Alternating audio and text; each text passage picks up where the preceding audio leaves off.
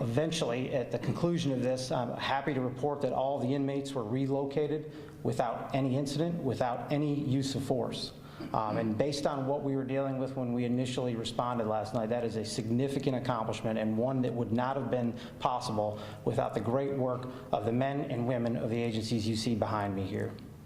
All involved exercised incredible restraint to de-escalate this situation, and I'm happy to report there were no serious injuries to anyone, corrections officers or inmates throughout this event. Again, this is an excellent example of the collaboration between the LPD and our federal, state, and local law enforcement partners, as well as our other city agencies. I'm incredibly proud of the law enforcement officers and everyone that was involved in this incident last night. I think it can be used as an example going forward of how we can take a very trying and difficult situation, resolve it peacefully without any injuries, without any use of force, and ultimately bring some type of calm back to the chaos that was last night. So at this time, I'd be more than happy to answer any questions you may have. I'd refer that to There were 66 inmates in the unit. Were all of those inmates involved in actually barricading it, or was someone caught up in what was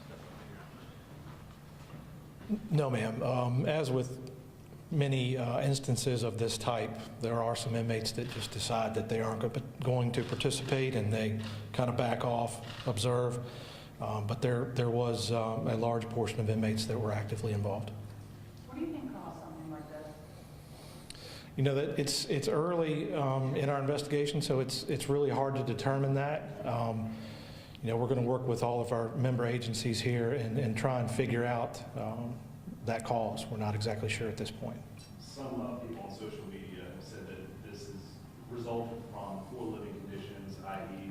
Not proper air conditioning, not being fed away. What can you say about that? Again, we're trying to figure out exactly what the reasoning was behind this. It's early, and we certainly don't want to jump the gun on this. We want to, get all of our reports together and all of our agencies to get all the information that we need to determine that. We're just not sure. And it was mentioned that there's equipment damages. Is the taxpayer going to have to foot the repair bill for all of that? That's a good question. I'm not exactly sure. We have budgeted some room for repairs. We are looking to try and find through camera footage, video footage, who the individuals were, if we can determine and specifically who damaged the property. And if that's the case, then we'll certainly try and get that back from that inmate. Mr. Salmon, I know we're new into this, as you just mentioned, but have you been getting reports from family members who talk about the conditions, COVID, food, isolation, being on lockdown due to limited staffing? Have you even heard of these claims that you're getting day to day? Well, I think any administrator in the correctional field is going to tell you that they occasionally get complaints about all the things that you've mentioned. We have not had an increase or a decrease in those complaints that we know of. That's certainly something that we're going to look into as we proceed with this investigation to see if there are any signs that we could have, used to, quell this before it happened. But, this line of work, we sometimes struggle with staffing, as everyone knows. But as far as complaints, an uptick in any complaints about any of those things, we haven't noticed any. You say struggle with staffing. Can you be more specific about how many folks you guys need inside? Our staffing last night during this incident was adequate. This incident did not occur due to lack of staffing. Our staffing levels are much like police departments, sheriff's departments, other correctional agencies in the country. We're understaffed. I couldn't give you a percentage of how understaffed we are right now, but we're doing the best we can with what we have. Can you describe that housing unit? What is it like in there? What's kind of going on in there? Well, it's steel and concrete. The individual housing unit that was affected last night has approximately 48 cells, individual cells. Most of those cells were occupied by one inmate. Some were occupied by two. Like we said before, there were 66 inmates and 48 cells. So, but it is an open day room with several tables and chairs. And around the outside on a lower and upper tier, there are individual cells. 3 more questions. How did, kind of situationally, the COs, were they in this unit at the time when they were able to get out, or were they not in when the inmates barricaded? That's kind of what we're looking into right now. We're not exactly sure if there was a CO inside at the exact time that it began or if the CO was outside of the housing unit, but regardless, when it popped off, so to speak, there were no corrections officers in there. Early this morning, Mr. Salmon, when we were out there, we could hear communication from family members, friends of those who were inside, talking back and forth. So were some of the inmates in the yard, the rec area, to communicate with people on the outside? They were screaming. We could hear it on tape. Yeah, the individual housing unit that was affected, there were no inmates out on the housing, or the recreation yard, excuse me. No idea how that communication was taking place. No, sir. 1 more question. When you refer to damage, are you talking about specific items within this unit or damage to the infrastructure of the unit itself? Specific items mainly, camera systems were drastically affected.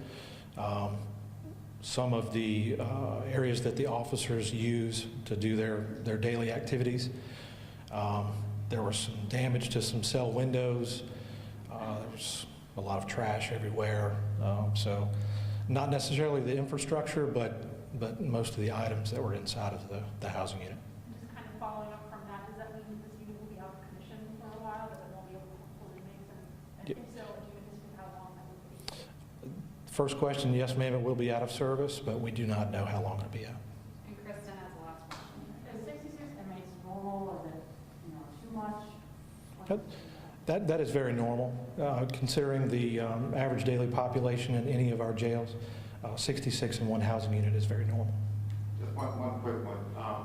With all that has happened, some people are asking, will they be able to get in the next few days to visit their loved ones? Will clergy be able to get in, that sort of thing? And then secondly, is there any way we could have more access to you, Mr. Salmon, to bring some of these questions and concerns from the community? We haven't been able to get to you here recently. Well, as of right now, our Lynchburg Adult Detention Center is closed to the public due to the ongoing investigation. We're unable to determine exactly how long that's going to last. But as far as access to me, you know where I work. Come see me. All right, thank you. And City Manager Bendel will have closing remarks.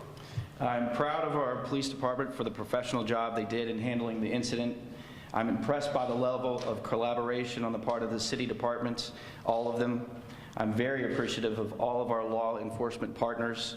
I'm very thankful that there was a peaceful end for all involved. And again, on behalf of the mayor, vice mayor, and council, thank you for coming today. You're not taking any questions, Mr. City Manager? No, sir. Thank you.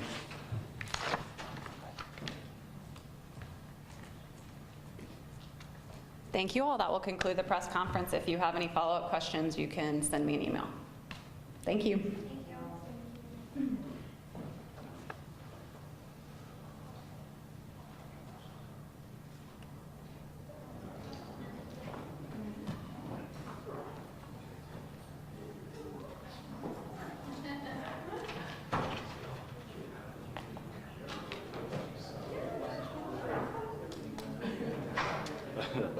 I would say something, but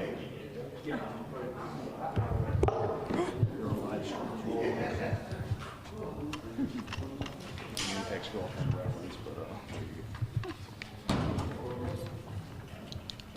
Turn mine on.